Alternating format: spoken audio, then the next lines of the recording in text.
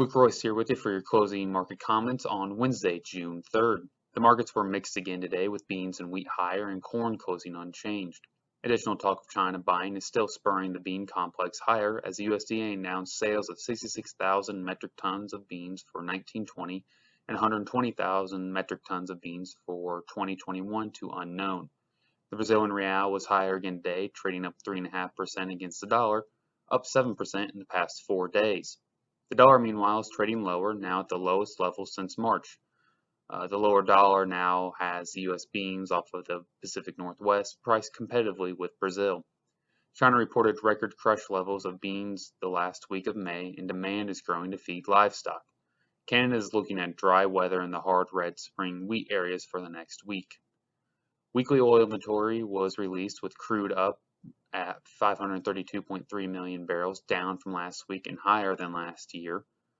Gasoline stocks were 257.8 million barrels, up from last week and last year.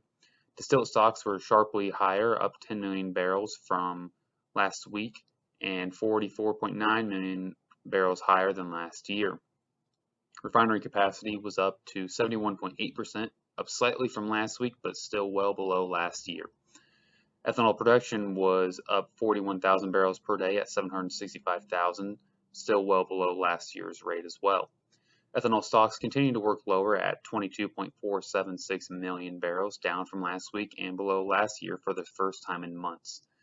The dollar, gold, and silver were all down today. Crude oil started lower but rallied to close up 60 cents.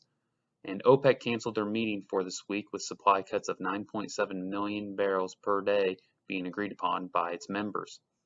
Stocks had a strong day on news that mortgage applications were up 18% from last year, as the Dow futures are up 502, Nasdaq up 49, and S&P 500 up 42. Speaking of S&P, it has been on a tear lately, up 40% from the lows in the past 50 days. The next USDA WASDE report will be released on June 11th at noon.